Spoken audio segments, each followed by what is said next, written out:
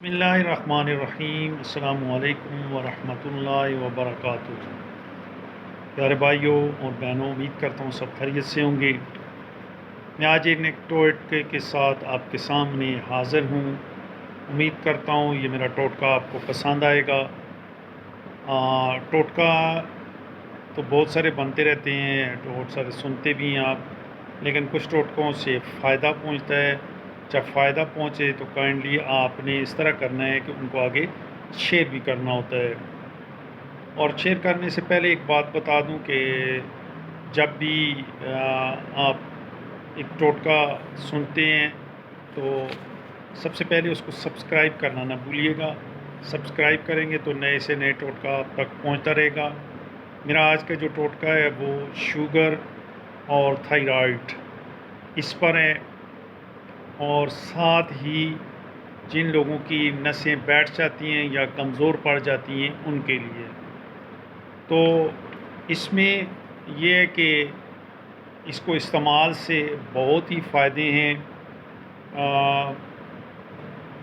کرنا یہ ہے کہ اس میں آپ نے چند ایک انگریڈینٹ ہیں وہ میں آپ کو بتاتا ہوں، وہ آپ لے آئیں۔ اس کے علاوہ آپ نے مطلب اس کو کیسے استعمال کرنا ہے، کیا کرنا ہے، وہ طریقہ میں آپ تک شیئر کرتا رہوں گا یا آپ کو بتاؤں گا۔ نمبر 1 دال چینی ہے، نمبر 2 میتھی دانہ، اور اس کے علاوہ یہ کیا کہتے ہیں ہلدی ہے، اور چوتھی چیز شہد ہے۔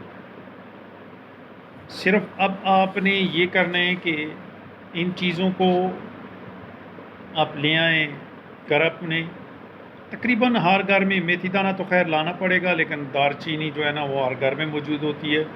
دار چینی کے فوائد یہ ہیں کہ یہ موٹاپے کو کم کرتا ہے، کولیسٹرول کو کم کرتا ہے، شوگر کو لیول پر رکھتا ہے۔ اس کے علاوہ خون کی سرکولیشن جو ہے اس کو بہترین بناتا ہے، اور خون کی سرکولیشن اگر درست ہو جائے تو بیٹھی ہوئی نسیں یا جو کم کام کرتی ہیں وہ نسیں بھی مضبوط ہونا شروع ہو جاتی ہیں۔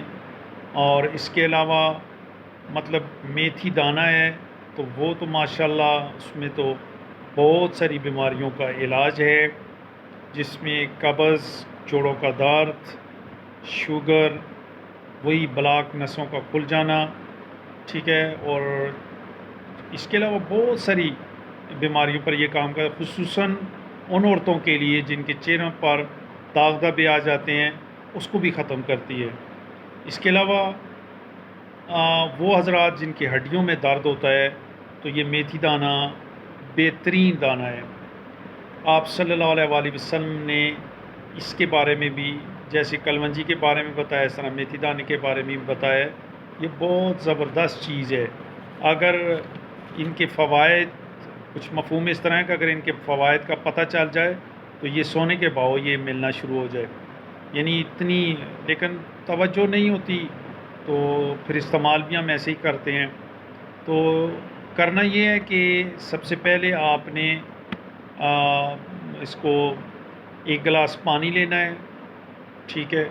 اس کے بعد آپ نے 1 چمچ میتھی دانہ اس میں ڈال دینا ہے، اور ایک چھوٹا سا ٹکڑا اس دار چینی کا اس پانی کے اندر ڈال دینا ہے، اور 1 چمچ میتھی دانہ آپ نے اس میں ڈال دینا ہے۔ یعنی تینوں چیزوں آپ ڈال کے اس کو رات بھر چھوڑ دیں، بھگو دیں اس کو پانی کے گلاس میں۔